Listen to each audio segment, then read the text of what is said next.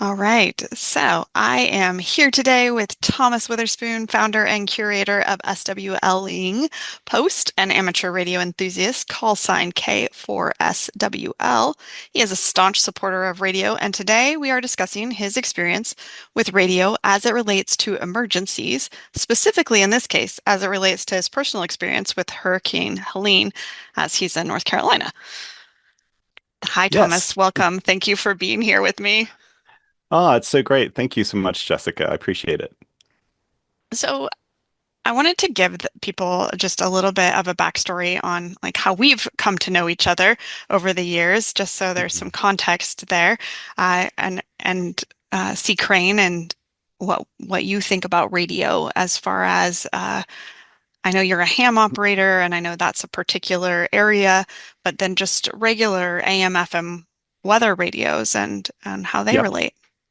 Yep, that's right. So we've known each other since I started pretty much since I started blogging back in probably 2008. I think is when I first started the SWLing post. And C. Crane was a company I knew very well, of course, because of your shortwave radios and being like a proper radio store and retailer, that focuses on making really good, high quality broadcast radios and things. And so I got to know you guys really early on, and I really love your focus on making radio simple to use that perform effectively. Your Skywave series are radios I have recommended for so many people because they cover so many different bands, are so useful and so effective. They're really, really good performers as well. And I do, in the past, especially, I've done a lot of radio reviews. I do probably more on the amateur radio side of things these days, but on the SWLing post, we still have loads of contributors that do reviews of shortwave radio receivers and everything. So, yeah, Yeah, and we so appreciate that. It's definitely so helpful when we have actual people that have credibility and that use the products that can actually give a real world versus us just saying, yeah, we have a great radio. yeah, So take us through, you and I had a conversation not that long ago, and I hmm was like, oh, I really think that our customers would benefit from hearing about how radio really works in an emergency, not just the theory hmm of like we always say, like every home should have a radio. It's so important. It yeah, should be like a smoke alarm or like a fire extinguisher. But everybody's kind of like, yeah, whatever. When, I'm maybe someday I would need that, but I have my cell phone. And then when you and yes, I talked, it was kind of like, wow, actually, this is a whole different scenario and you don't think it's going to happen. And even where you were, it's unlikely that it would happen, yes, but here you were. So take us yes. through. I So I live in the mountains of Western North Carolina. The biggest city near us is Asheville, North Carolina. Very big tourist destination. Lots of people move here, and is a really pretty part of the world to live in. We have always, and I'm a native of Western North Carolina, so I've always lived in this area when we've lived in the country. We've lived outside the country before, and but when we've been back here in the States, it's pretty much been here in Western North Carolina because we love it so much. And it's very much a boring weather place, right? Like in the past, we didn't really have forest fires. Hurricanes come up the coast, the eastern coast quite a bit, but rarely do they have any significant impact in Western North Carolina. We're far enough away. North Carolina is a very east to west state. Like I think it's probably an 8 hour drive from like our furthest like east point to the furthest west point, something like that. It's a pretty east-west state, so we're pretty far removed from the coast, um, and we don't really have earthquakes. We don't have anything like that. It's been kind of boring. Um, so back in September 27th, 2024, we were forecast to have some impact from Hurricane Helene. This was a storm that rapidly intensified in the Gulf. Forecasts were pretty on spot with how powerful it would be. And it came on the heels of some wet weather that we had like 2 days before, with flash flooding and that sort of thing. So local forecasters were saying, "Hey, this is going to be a storm we really need to watch. You need to, be careful. Don't be in low-lying areas. There's going to be flooding." They knew that it was going to be a much worse storm than we normally get, and they knew that we could have some really strong winds with it. But, my house, for example, I'd say that most of Asheville and the area is somewhere between 2,000 to 2,200 feet above sea level, somewhere Mm. around there in the basin. We live at about 3,300 feet above sea level. So we're a good 1,000 feet higher than most of the rest of the area. We are within probably 200 feet of our ridge line around us, and we're on a stable slope. So really, we really don't have a lot to worry about. And since we're over 3,000 feet in elevation here, you have to build your house and everything to hurricane standards, mainly because it's considered high wind areas once you get up about 3,000 feet in this area. So we've always been really secure here, but we live at the end. I always tell people we basically live at the end of a 4 mile long dead end road. We're surrounded by national forest, by the Asheville watershed, which is protected lands, and our road that's at about 3,000 feet or so above sea level is about 1 mile long. And so we have neighbors here on fairly large parcels of land. But we really haven't experienced any major anything. We've never had any flooding or anything up here like that. But Hurricane Helene came through, and it sort of came through the morning time on Friday, September 27th, 2024. And by 1 o'clock, we'd already lost power in the neighborhood. And it was just starting to get windy, not crazy windy. And in fact, the hurricane was still probably just entering like the Panhandle area of Florida. When I woke up, my wife and I and our daughters, we decided to sleep in our living room that night, which is kind of the most structurally sound place in our house, even though our house is really structurally sound.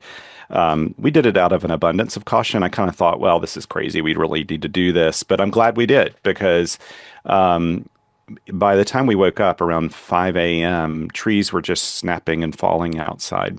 And a lot of Crazy. it was because the ground had been, was pretty wet and saturated, Right. and more rain came in. And even in front of the storm system, there's a lot of rain that came through. And so trees, and when I say trees, I'm talking like 150-year-old trees, not like little small trees. These were really big old oaks, hickories, locusts, a lot of hardwoods, maples, things like that. Very few softwood trees. And we don't have that many softwood trees here. They're almost all deciduous trees in this area. And they were falling down, and I was able to use my phone. The cell phone system was still up at that point at 5 a.m. And I streamed our local TV station, and their power was going on and off the entire time that they were doing the broadcast. Their broadcast Wow. stayed on. I guess the generator kept the broadcast stuff going, but their lights and everything would just go out on them constantly. And they said the worst of the storm's going to hit around 7 a.m. to about 9 a.m. And that's when the wind field's really going to hit. And I just couldn't believe it could get worse than it already was. It was horrible.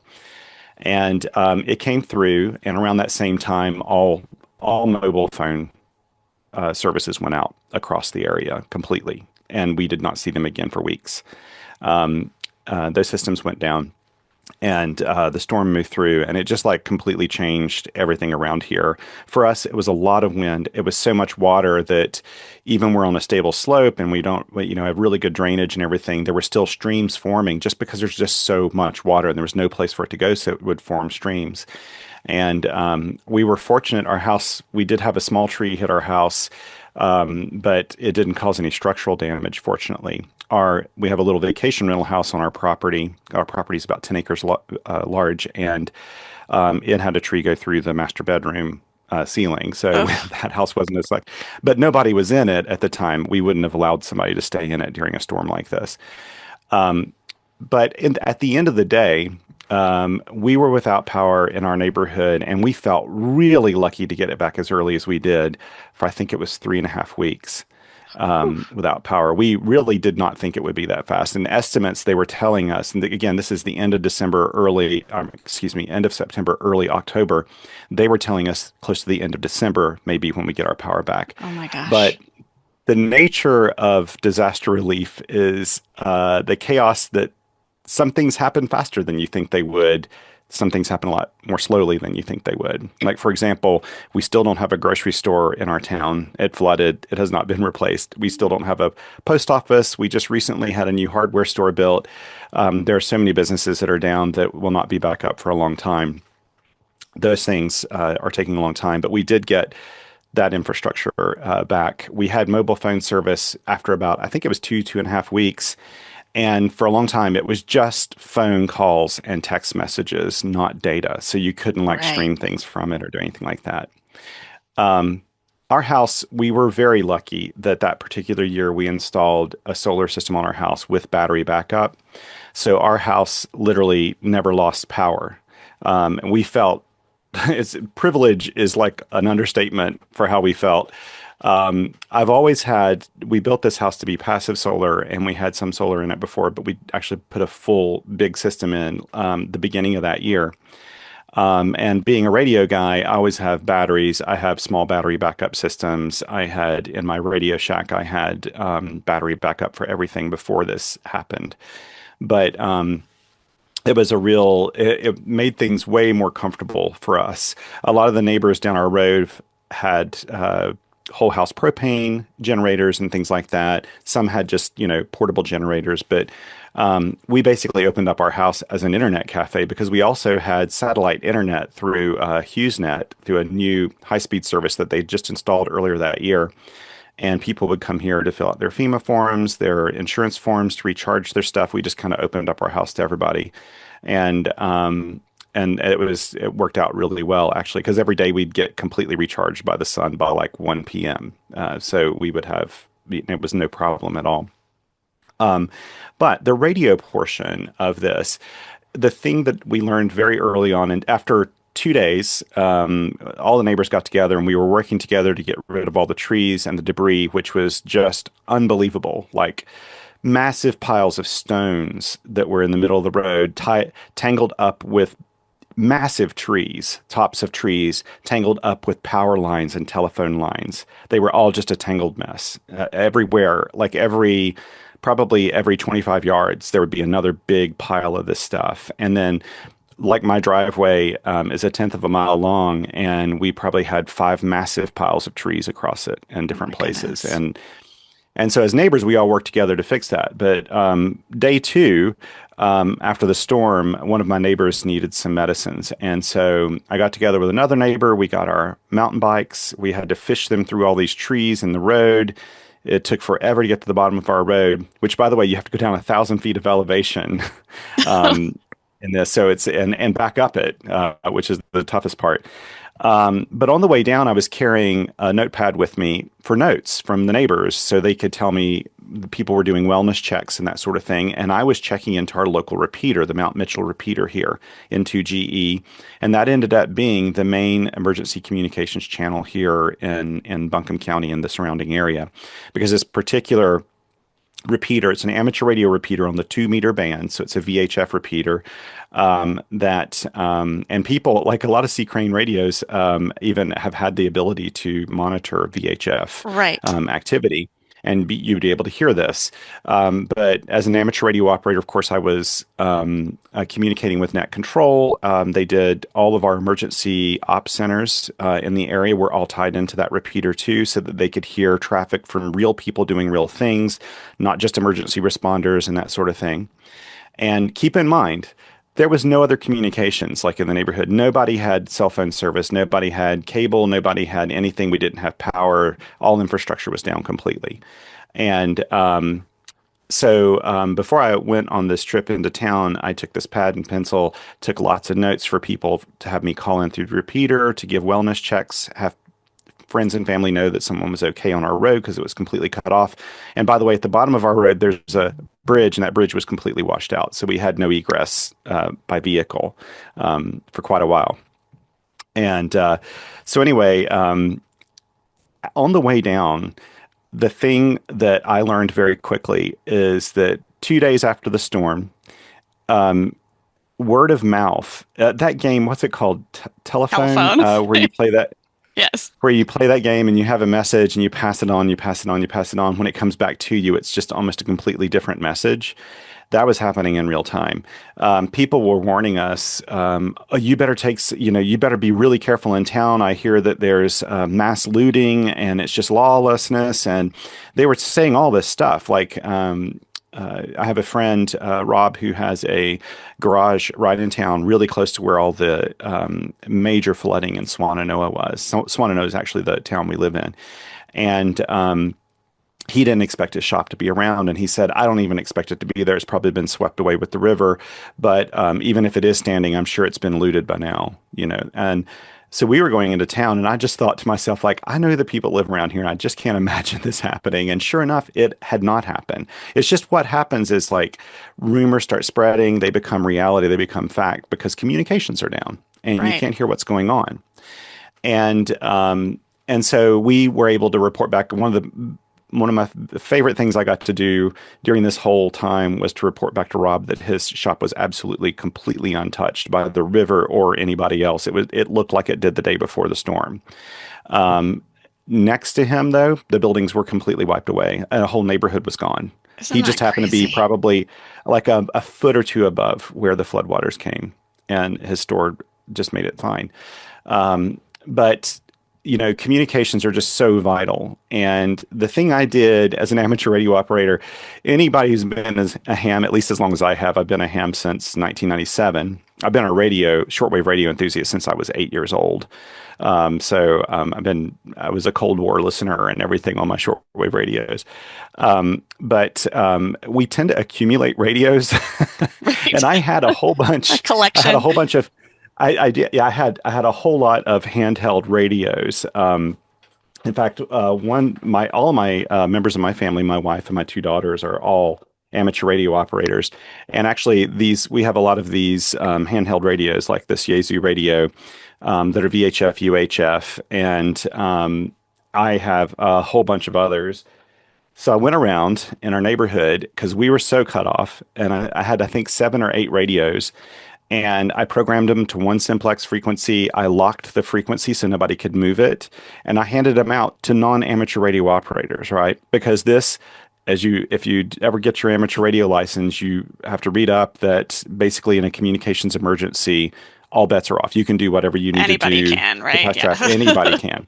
And so I got everybody on. I got everybody on it, and it provided us a way that we could communicate rapidly. And we had a net in the morning, a net in the evening, and we also had in-person community meetings with like our 18 to 20 households that are here on this part of the road.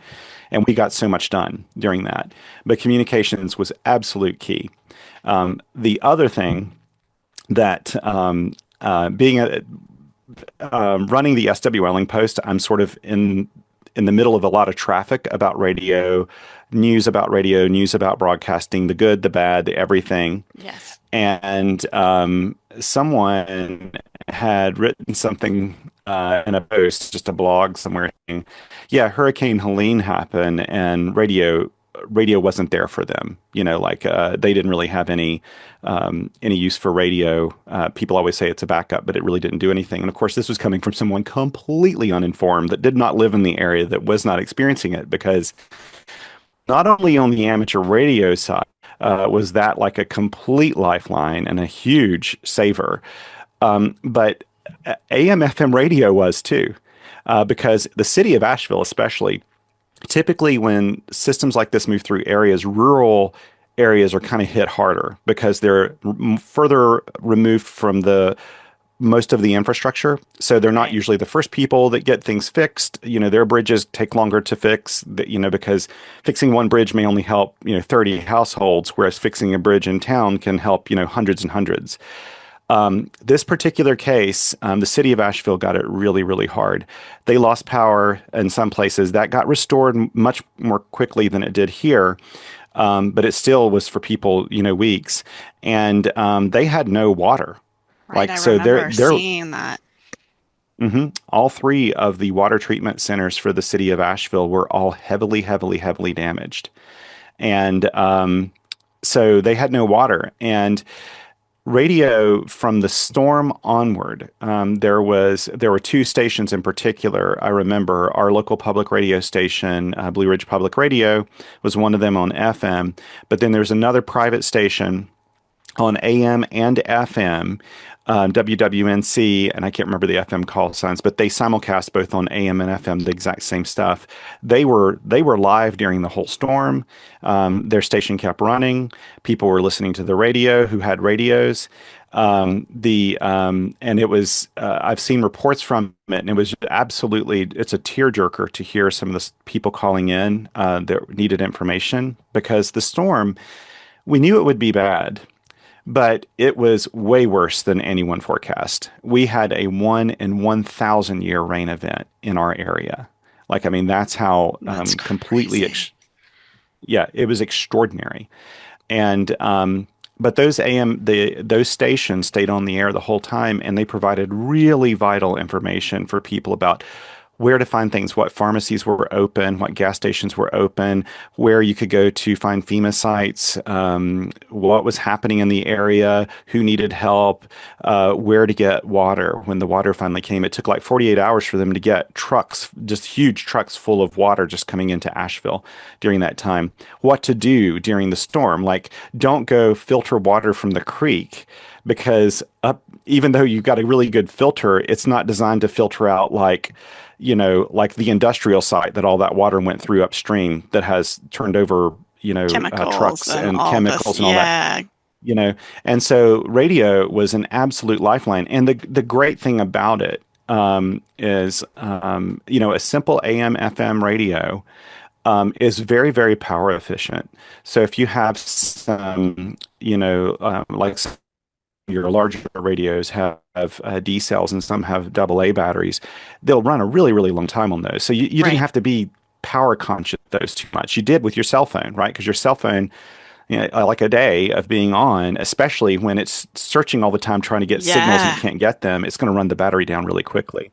yeah. So, radio is just so simple because all of the infrastructures on the broadcaster side of things. So they've got their generators, they've got those things going, they've got personnel there. They're at the center of the information, and anybody can turn on a radio and get really good important information.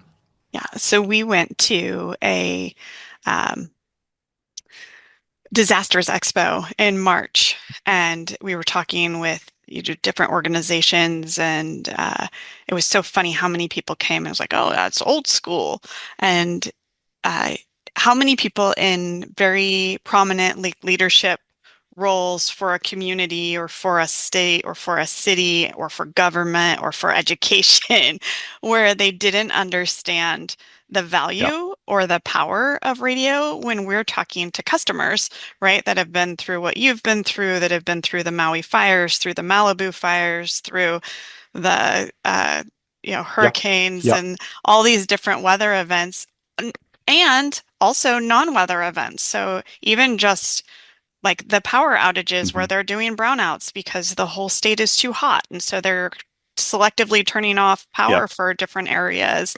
And we just were like, wow, it's so fascinating to see that people still in this day and age think that they're okay because they have, their cell phone or because maybe they have a generator. So now that you've gone through like this experience firsthand, I mean, you sound like you're prepared more than most. And my experience has been with ham operators, especially, that typically I feel like you guys are more prepared than most. And I'm not sure if that's just the nature of your being or if that's because of the community that you're a part of.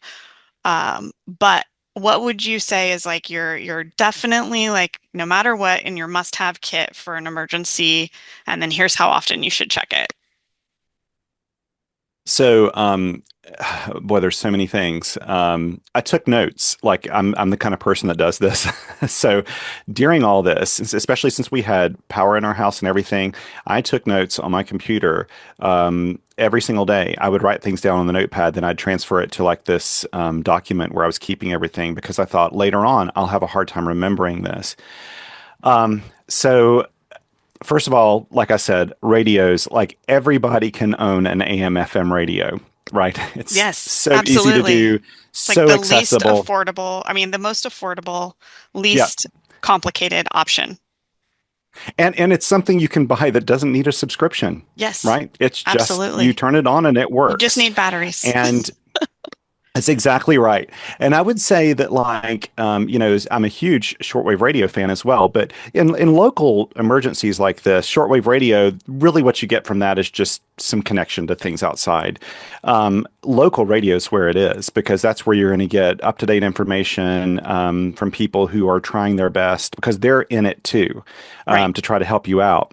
Right. And that's so important. So I would say that having a radio, I would say having a GMRS radio as well. If you are in an area that has a GMRS network, that's really good. Can you Like in our explain area a now, little bit post Helene, what GMRS is for the people who maybe aren't familiar with that? sure. GMRS is General Mobile Radio Service. It is like it's sort of like the modern version of CB in that it's on the UHF bands, and this is licensed through the FCC. But unlike the amateur radio license where you study and you take a test, which is not a hard test, especially for your first license, which would give you access to all this stuff.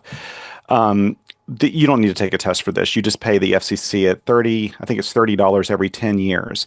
And it's a license for anybody that is in your family, and they leave that wide open. So, like, it could probably even be just people who are close to you could even use the same license. It's mainly just a system so that they can track who is using like repeater systems. Because with this license, you can use this radio on repeaters, and repeaters are really what open up the door to much wider area coverage and nets like net controls and people that are operating to pass information. And a repeater is all it is like a tower and a radio system that's up on a mountain or a high point, maybe a really tall building in a city, something like that. And it's relayed through there. So I can take my little handheld radio and it gives me the coverage of a much bigger radio because all I'm doing is communicating with the repeater. The repeater's at this ideal location, broadcasting really far and wide. Like our Mount Mitchell repeater here, the amateur radio repeater, it covers like all of the surrounding states here because it happens to be located on like the tallest point east of the Mississippi River. So it's a prime location for doing this. But most repeaters that would give you access to that. Another thing that you need to have is some cash. This sounds crazy, but like, especially if you live in a city or something and you need to get gas or fuel or whatever, something from the pharmacy. If the power's down and the internet's down, they have no way to process credit cards. Yeah. Long gone are the days where you have these little slips that they like run the little mechanical machine over, and like they don't do that anymore. There's no option for that. So you really have to have cash. And so that's the time you really ought to stick a little bit of cash away in the house. I've never said this before, all of this. I've always believed in don't keep a lot of cash at your house, but you should keep enough cash, a few $100s or something, that you could help out your neighbors, get gas, get fuel, whatever you need like that.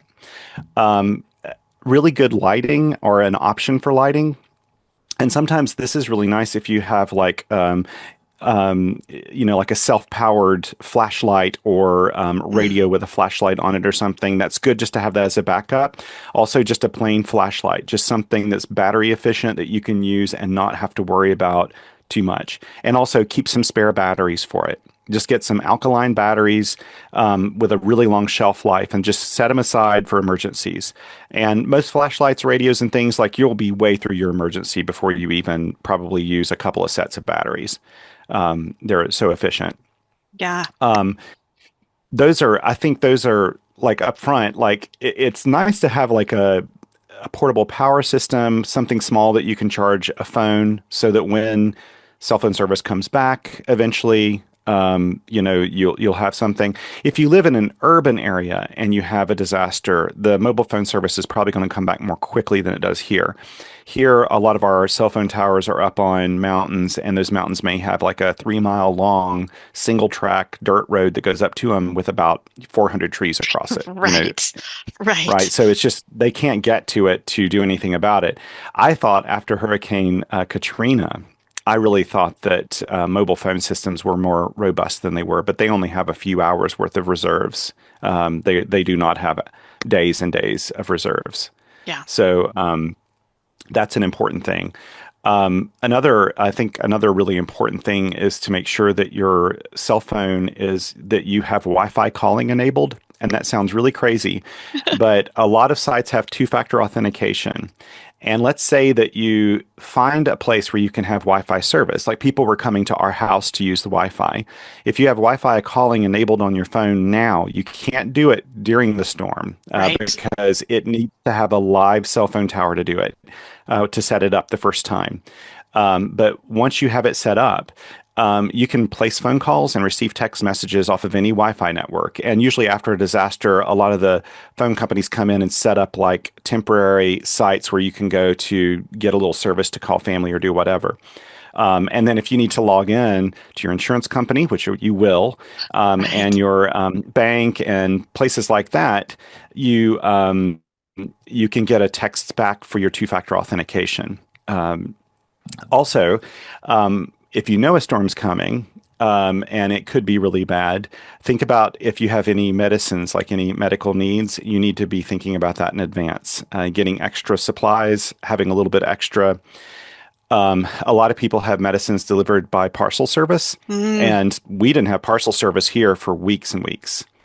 And you would think at first, like, well, I don't need to get my order from, whatever company, just like for consumer products or something. I don't need that stuff. But your medical supplies, you definitely need. And we had neighbors that, were really stressing about that because they had medical supplies that were delivered, really, life-giving medical supplies that are delivered to them regularly. So, those are some of the things off the top of my head. There are so many different items and different things to try to have in case you are in a natural disaster like this, that yeah. really make a big difference. I think one of the things that you had said when we first spoke that really struck me as humorous, but also like, oh, like the bike. Like you don't think about Yeah. the bike, but you were talking about how there were trees down all the way, and so Yep. a vehicle wasn't feasible. But then you also had neighbors, right, that had parked in a parking lot thinking they would get ahead of it, hmm and hmm they lost their vehicles because of flooding, right? The flooding was so bad, so beyond what anybody would have expected, that a lot of people took one of their vehicles and put them in the grocery store parking lot, our only major grocery store in this area. They put it in the parking lot there just to be safe overnight and away from trees and away from everything. And it was flooded.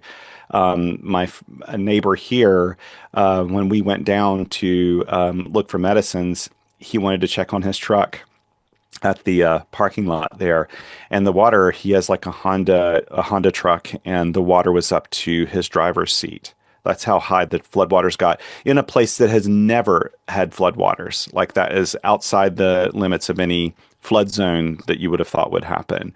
That's how bad it was. So yeah, having things like a bike.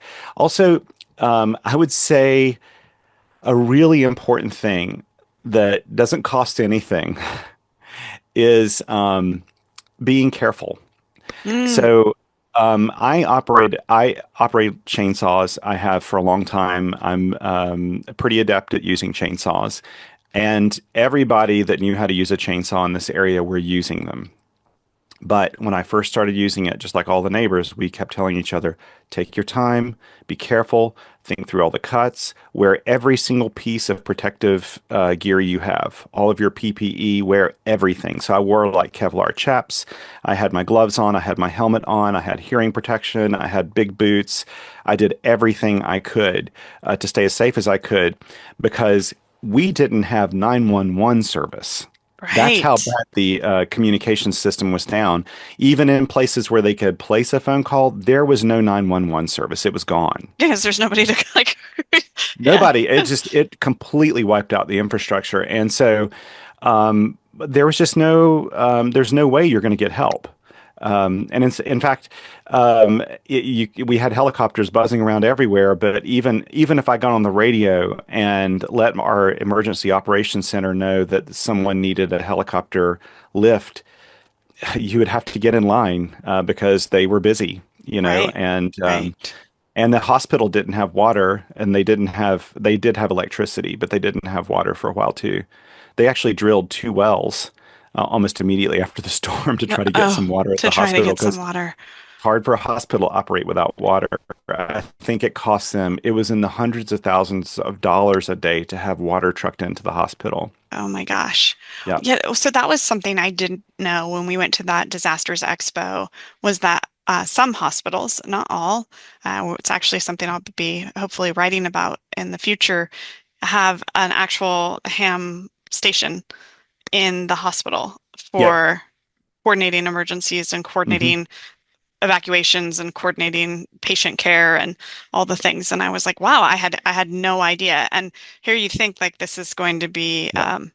government run or funded. And no, it's not. It's all like Yep. typically either the hospital kind of, but it's usually the person, like whoever it is that's the guy or the gal that's doing it. And the same with the Hmm. towers, right? Like the that Mitchell Tower, that's owned by an Yep. individual, correct? Yep. Yeah.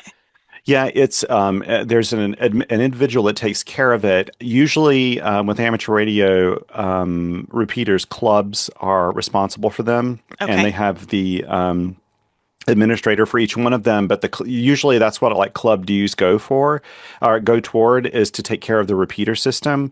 We're really lucky that the Mount Mitchell repeater sits at a site with lots of like government gear and stuff. So they had a super, super, super benchmark robust backup system there because Mount Mitchell, being the highest point around here, got some of the most severe weather.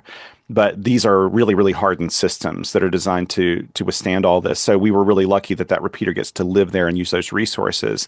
But most amateur radio repeaters are usually run, they're usually supported by clubs and club dues and that sort of thing, even though they're open to the public, to anybody that wants to use them. And in hospitals, sometimes two clubs kind of take responsibility for that. Individuals can. Red Cross centers often have emergency communications equipment. Hmm. And then in a lot of areas, we have like a group I belong to that was just started in Black Mountain here nearby is the CERT groups, CERT, Yeah. community emergency groups that get together and they train on everything from search and rescue to communications to first aid and traffic incident management, just all kinds of things. And there's some wonderful organizations like that, and usually radio plays a very strong component in that. And you're making me think here. I'm also remembering that after the storm, I was trying to find a way outside of amateur radio because I knew that people, hams loving radio and loving amateur radio, were like, "Oh, you need to get your neighbors to get their ham radio license now." And I'm like, my neighbors right now are trying to put their lives back together, and Nice. they're trying to go back to work after having been out of work for over a month. The kids have been out of school for over a month. I was like, this is not a time they're going to study for a license. So we were trying to find better options, and GMRS really filled that gap. And I spoke with some people who reached out to me because they had followed on one of my blogs, like our process of what happened. I kind of journaled a little bit during the storm, what was going on. And I talked with them at one point. And in California, you guys have some of the most robust GMRS networks in areas where there are forest fires. And I mean like weekly nets, really highly trained people in neighborhoods that really all it requires is for you to get a radio and learn And how pay to the use it and fee. get that license that lasts 10 years or whatever. And it really makes a community robust when everything fails. There's just like nothing better than wireless, like just plain radio, like Right. going toward the analog side of things. Because like Right. everything I was using, like even a lot of my digital communications that I can do with amateur radio, didn't really need that so much. We were using plain VHF voice stuff. And then for a lot of the information that we were getting from the community came over just FM or AM radio, and that was it. Yeah. That is so useful. I think, especially for, like I said, the people that we've spoken to, I didn't know those details about GMRS, so I think that's really valuable as well. And then if people do want to get their ham radio license, I've learned recently, like most clubs, even ours locally, and we're a super small town, they do Zoom Yeah. meeting. So you don't necessarily even Yes. have to come. So like if it's transportation is a problem or Yes. something like that, the only thing you'll have to do is like for the test itself, you have to go and take it, correct? You can't take that online. You can take Uh, it online. You oh, can can you take the take it amateur. online? Okay. You can take it now. That used to not be a thing, but after COVID, Okay. it really is now a way that lots and lots and lots of people, and there's so many great resources beyond. So there are a lot of clubs that offer it. In fact, I think that one of my daughters, when she upgraded to her general class license, it was easier for her to just do it online with a club that I think is based in California. Because it doesn't really matter where they are as long Right. as they're in the United States. And there are so many good resources for free resources and some that you pay for if you want a little more instruction for getting your amateur radio license. It's very anybody can do it, and in fact, that process of getting those first two tickets, like the technician and the general, especially, teaches you so much about how radio works. I mean, these things are. I keep telling people in amateur radio clubs, the reason I lock the frequency on them is these are not like something a firefighter would use. They're not channelized. They're not designed to Right. like fail safe. They are designed for hobbyists. They're designed for people who are enthusiasts that want to push the limits on what they can do with the radios.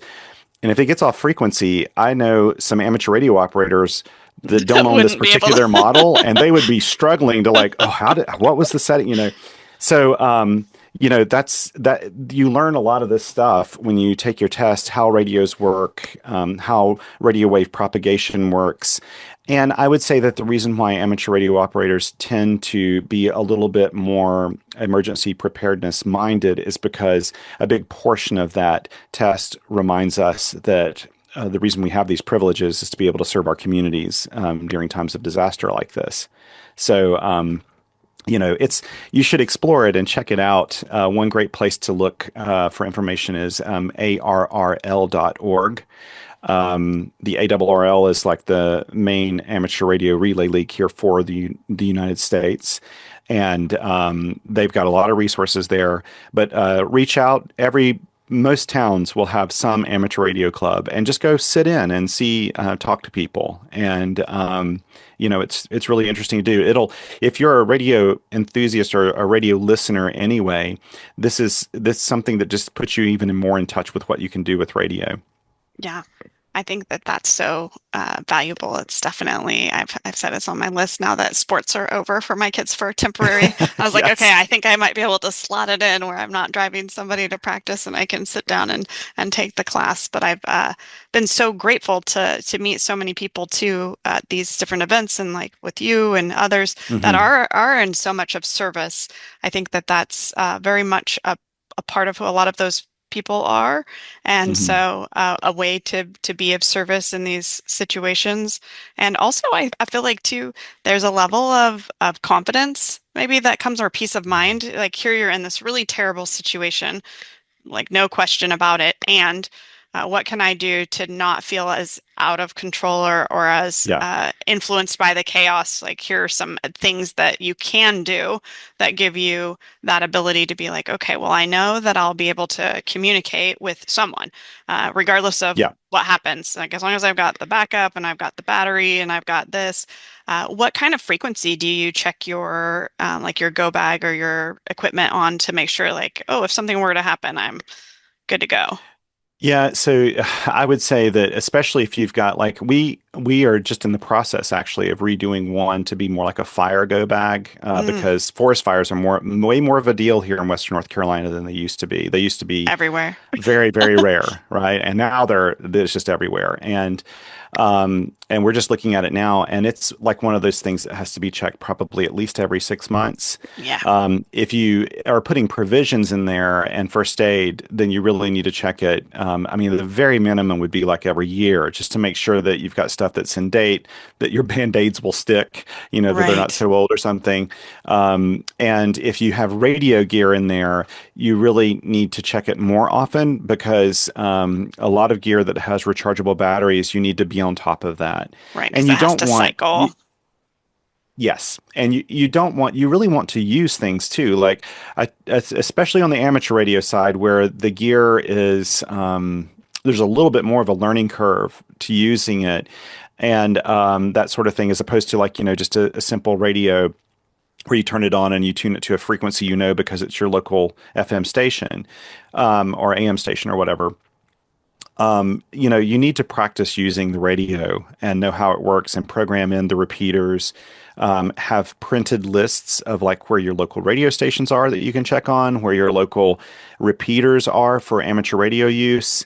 You want all that stuff. You don't want when you have like a communications blackout to not know where things are, because that's Yeah. kind of like, you Stressful. know, oh, very stressful. So Any, stressful.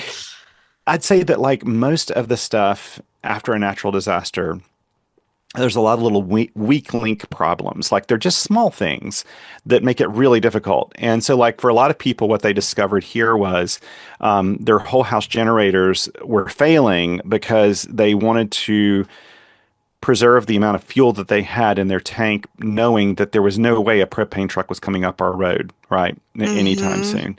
Because our road was just absolutely destroyed, and had to be rebuilt.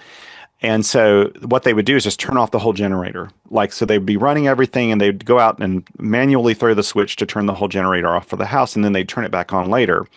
Well, they wouldn't cycle it in a way that managed the load. And so what would happen was it burned out the boards on the generator. Oh, wow. Right. Whereas if they would slowly turn things off, let it run for a few minutes and then turn it off and then turn it back on, then slowly bring things back on Mm, again, it gives it a chance to manage that load when you're manually turning it on and off. And so what happened was what people really wanted was to be able to, like turn on auto their cell phone. transfer. They want, yeah, exactly. They wanted to charge their cell phones eventually, or their iPads or something. Especially when we got some sense of like when they wanted to come here to our house to work on something or whatever, they'd want to charge them. And I can't tell you how many people I talked to that basically ran their cars low on fuel because they couldn't leave their house because it was too hard to leave the house with the car. They didn't have any egress. So they'd run the car just to use the USB-C port in their car to Oh, charge yeah. their phone. So they were using like a 250 horsepower USB-C charger. Whereas really like a simple system with like a small portable solar panel Right. that's designed to charge a modest little battery box would have completely taken care of things for that. So it's like little weak link things like that that make a big, like not having cash in your house, Right. like a small thing doesn't require a lot of work. You just go out to an ATM or something and get a little bit of cash before a storm comes in, making sure that you've got your meds for like a week or two. And what I was telling people when I've done presentations about this is in your preparations for something like this, plan on 2 weeks. Like if Mm, you can do 2 weeks, even by 2 weeks here, and we were a pretty extreme example, things were starting to normalize, right? So if you can make it 2 weeks, things will start to normalize. And don't believe the doomsday prepper stuff. You do not want to bunker yourself up during something like this and try to handle it on your own. You'll never get anything done. It is the power of your community that gives you resilience. And everybody, if you talk to anybody around here, they will tell you the same thing. And it makes you really, really strong as a community too, really strong as a neighborhood and even a wider community. We yeah. are So all it's so much closer now. get to know your neighbors. Is that it's also a It's really recommendation? important. It's Like really important. we talk about that actually in our neighborhood recently, or like who can do what? Like, you've got the guy that can do Yeah. construction and you've got the guys that have Yes. chainsaws, and it's like, okay, this person over here has a boat, or this person like it's like, okay, if we had to pool resources, what would that look like? And I think so much of that, especially because of COVID, right, kind Yeah. of fragmented a bit, Hmm. where you had people move into communities that weren't part of it because they were Yeah. working remotely and maybe they never really integrated because they couldn't. And Yeah. then it just didn't happen. It kind of like naturally dissolved in some ways. And now Yeah. it's like, okay, yeah, there's a lot of opportunity and reason to make sure that you know your neighbors. And I think too, you had mentioned something about you know, sometimes you have elderly neighbors too that have Yes. needs. And so I think from a community standpoint, like I know I feel a responsibility to Yes. some of my neighbors in that way of Hmm. making sure like you're doing that wellness check because they aren't in a position physically or Yeah. perhaps in other ways to be able to take care of themselves in that way. And so I think as humans, right? Like It's we have a absolutely right. responsibility to care for each other in that way. And so I feel And it's like, so hard to do those things in advance. People just don't want to do yeah. this in advance. You end up waiting until the disaster has hit. But like in our neighborhood, people live on fairly large parcels, so it's not the sort of neighborhood where we run into each other a whole lot.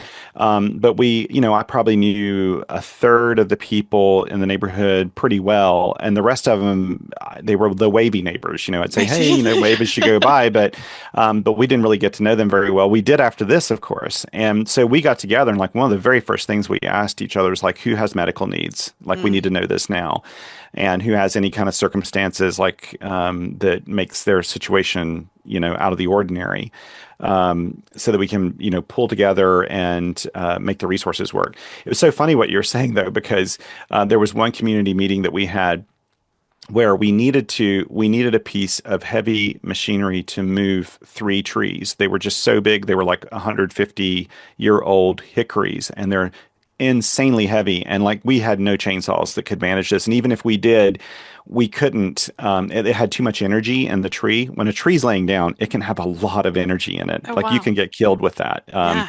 A lot of embedded, a lot of potential energy there. And we really needed something that could pick up the tree and take the stress off of it so we could cut it up and to move it.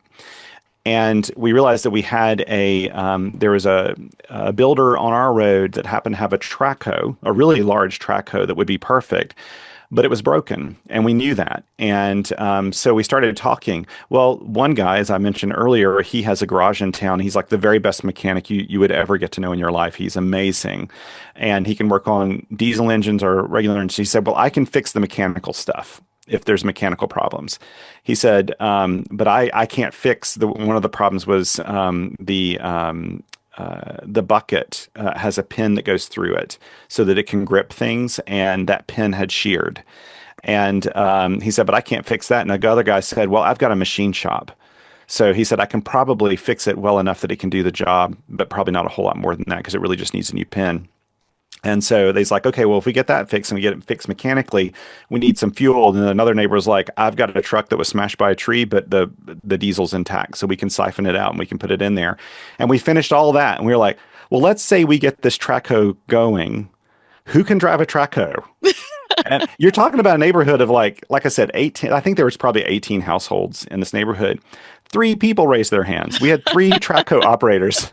We were so lucky, and we got that fixed in 2 days and used that Traco to remove those trees ourselves. Wow. And because we were separated, there's no way they could have gotten a Traco up our road. We just Yeah. happened to have that one there, and we returned it in the same position. I think the owner knew that that happened, was really fine with it.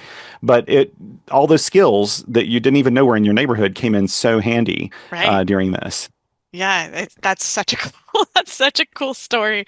I It's so just funny. I think it's so funny when we had this conversation not that long ago because when you think about fires, we've been so fortunate because we're right on the coast that we haven't really been directly and we've been indirectly because some of the surrounding areas. But it's it's a thing. It's a possibility. We're surrounded by redwood trees. The trees falling is like a huge possibility, but fire and flooding. And so slides and different things like that are also a thing. Yeah, And so slides. it's just knowing it's so like you think like, oh, I'll be able to go on YouTube and like, no, you're not. Like you have to have Yeah, people that no. know how to do some of this stuff. And so it's again those skill sets and finding out like, yeah, who knows how to do what, who has what. And I think I do love that about, I mean, if there's anything to love out of these disasters, I think Yeah, one thing is yeah, knowing like A, what we're capable of. I think for your daughters yeah. probably too, like Oh, them yeah, being able to go through it and yeah, go like "Pff, anything comes up, like they can handle yeah. it. Yeah, and And they were very active on the radio too because someone manned the radio that was in my shack at all times. So if I was here, I monitored the repeater and our simplex frequency for our neighborhood. If I was out chainsawing, one of them was here or my wife, and they monitored the repeater because there was traffic coming into us and also leaving from us. mm, So they were very involved in that, the entire time. And I will say this, you're talking about this, like you're very well aware of the different natural disasters that could happen in your area. I know people that are like, yeah, they don't happen to me. And the truth is, I don't think anyone lives in a place where you're not going to have a natural disaster at some point. And I think it only is getting worse because, to be honest, I use this example in my presentations when I talk about these things post Helene. And there was a lot of research was done about climate refugees back in, I think it was like 2021 or 2022. And these groups got together and they said, so people who are moving from areas with lots of natural disasters, like in hurricane belts, tornado belts, forest fire areas, they want to move to another part of the country that's safe of climate problems because they're tired of it. And so they're trying to figure out where the safest places were. Well, after all this research, looking through tons and tons of data, one of the places that rose to the top, and really the whole state, was Montpelier, Vermont. But like that was looked as a very, they don't really have earthquakes. They don't really have extreme weather other than snow, which they're used to. They don't get really horrible tornadoes or any of those things. They were very safe, very easy place to live. The very next year, Montpelier, Vermont had catastrophic flooding. Right. Like it just wiped out things. And and so that was the irony of the whole thing is like no place really is safe. Right. You may live in an area if you don't have a lot of these things, you may live in an area where ice storms can happen, and ice storms can be just as destructive. Like they can Yeah, be yeah. really We've seen they some can of be the horrible. hail that's been going Yep, on. I mean, there's these huge storms in the Midwest right now that are like, golf ball size and yep, hardball size hail. And I and mean, freezing rain and I can't imagine.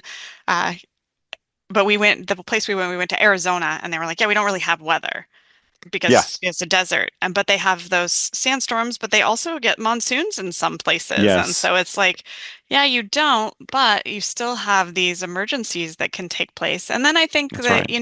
I feel like we're a bit insulated compared to a lot of the world. So I do travel internationally, and I know you're going to too. And Hmm. uh, I think that sometimes that gives you a little bit different view because we Yeah, are so insulated from that there can be disruptions that aren't natural disaster, right? They're that's right. man-made or Yes, caused yes, intentionally. And so I absolutely. think that the more prepared you are in all of those circumstances, the better off we all are. Yes, I agree. I agree. That's so true. It's and you don't have to be a like a Like a prepper yes, person. Yeah, you yes, don't have to be that. Just and my wife and I've never been that way. We have just been preparedness minded, and a lot of the things are like publicly available that you can get in an instant. Like how much water do I need for my family and my pets, right? right, Because you really should keep enough water around so that you can go for a few days without water if you had to.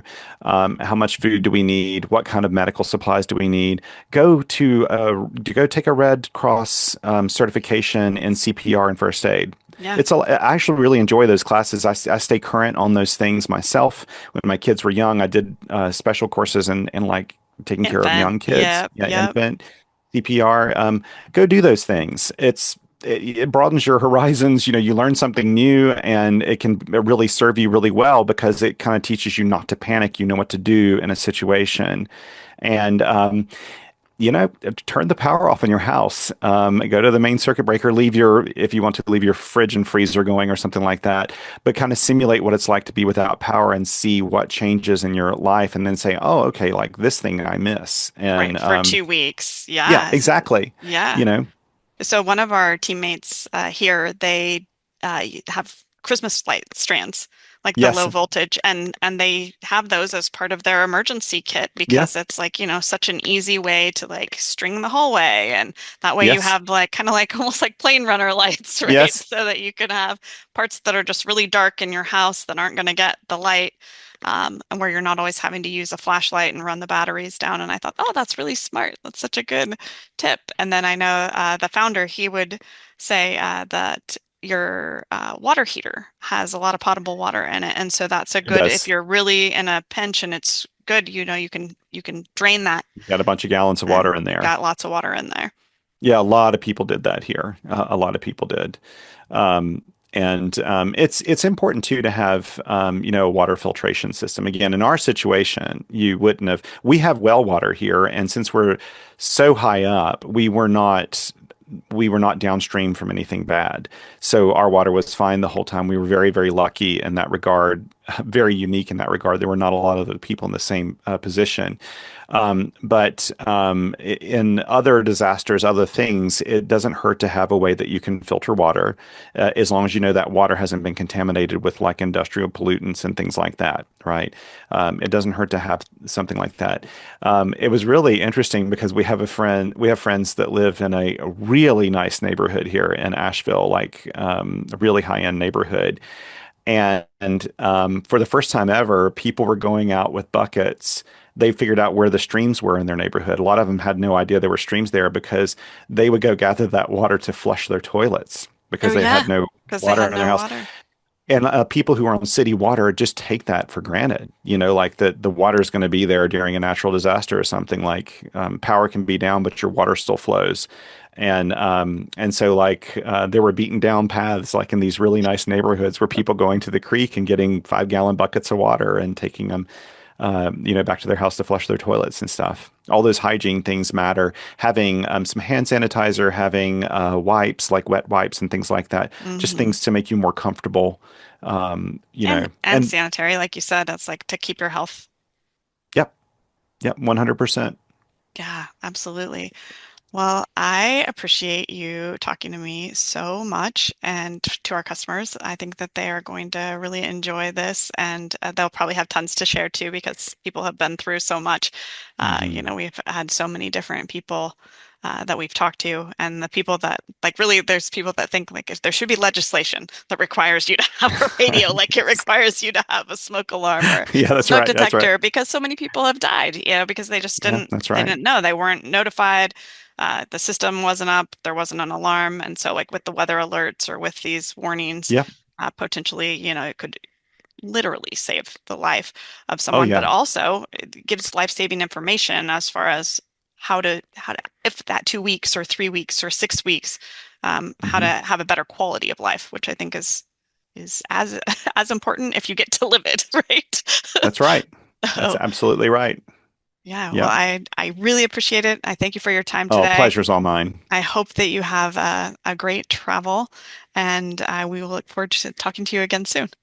Great. Thank you so much, Jessica. Nice.